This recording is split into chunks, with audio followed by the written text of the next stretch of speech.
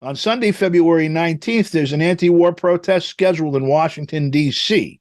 It's a unique one that includes people from the left, middle, and right of the political spectrum, from the Libertarian Party to antiwar.com and more. Professor Tony Monteiro is a longtime activist for peace and social justice. He's based in Philadelphia and currently leads the Philadelphia Saturday Free School.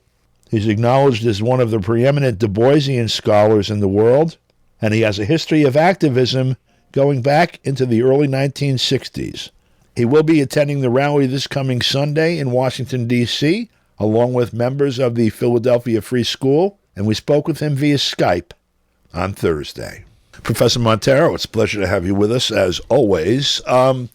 Coming up on Sunday is this rally that we hope is going to be huge. It's certainly a novel attempt at stopping war. We're looking for a broad coalition to be developed that maybe will scare, maybe give some pause for thought to the elite. And from all quarters, the idea of unifying with people that disagree with us is scary, frightening, and under attack. Well, yeah, Don, this will be a very important march. We will not know until Sunday how significant it will be because a lot depends on what the numbers look like.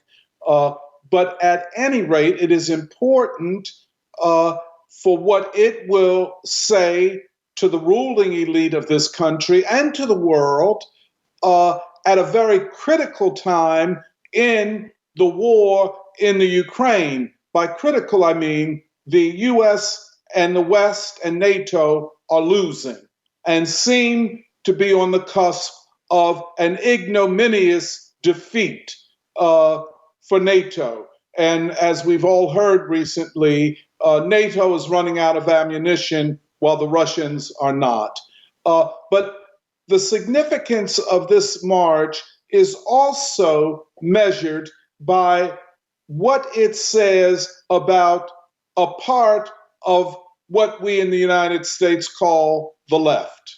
And I think as I survey the critics and those who disparage this march, I think there are two basic trends, not the only ones, but I think two basic ones. One is what I call neo-Trotskyism, which I will define, and the other is what I call neocultural nationalism, a new form of identity politics. Let me start with the latter. We have seen recently from organizations that call themselves Black, claim to be representing Black interests, and in fact even claim to be for peace, attacking this march as a white march, and the Black participants and the left participants as people who just want an alliance with the so-called right so badly that they'll do anything. This group of Black people are, in fact, in essence, cultural nationalists who have a veil of radicalism. And what do we mean by cultural nationalism? They are people who say, for example, that unless Black people are in the forefront of it from the beginning, the march or the effort lacks legitimacy.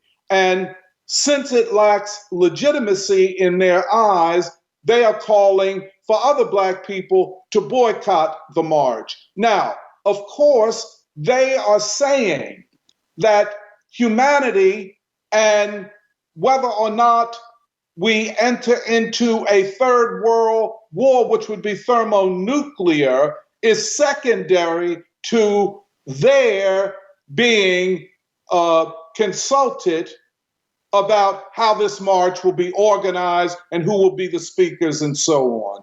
First of all, what they fail to understand is that we're in a dynamic and fluid political situation in this country. What was is not necessarily what is now and what will become.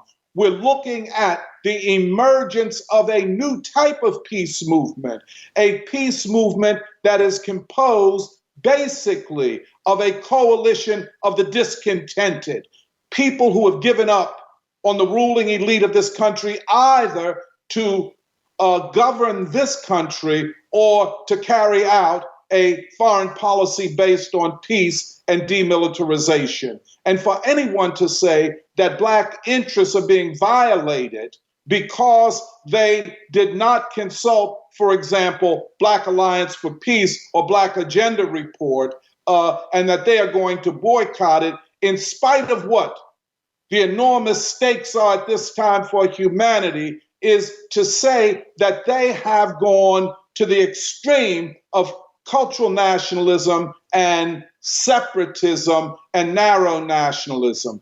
On the other side, we have what I'm calling neo-Trotskyites, people whose political and ideological origins go back to one or another of the Trotskyist movements in the United States. And up until maybe a decade and a half ago, were known for regularly quoting Trotsky and identifying themselves with Trotskyism.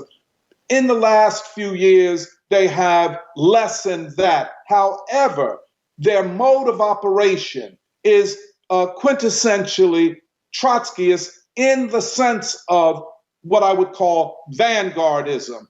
If we're not in the leadership, if we are not the vanguard, if we are not consulted as the vanguard, as those who have been in the anti-war movement for decades and so on and so forth, if that doesn't occur, then the march is illegitimate and we will organize our own march, irrespective of the fact that this march comes at a very significant moment in the history of this country and in the history of the world. What they are saying is that the Libertarian Party is a white party, a right-wing party, and the People's Party is a fake left-wing party, and the only legitimate peace activists and political radicals are those that we identify as such. I think this exposure, self-exposure of what has gone for the left and the peace movement is of great significance going forward.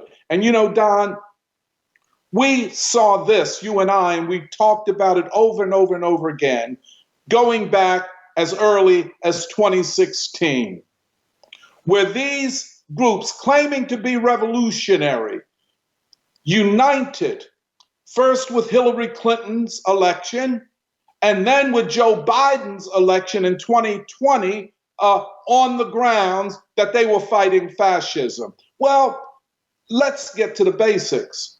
Fascism is war.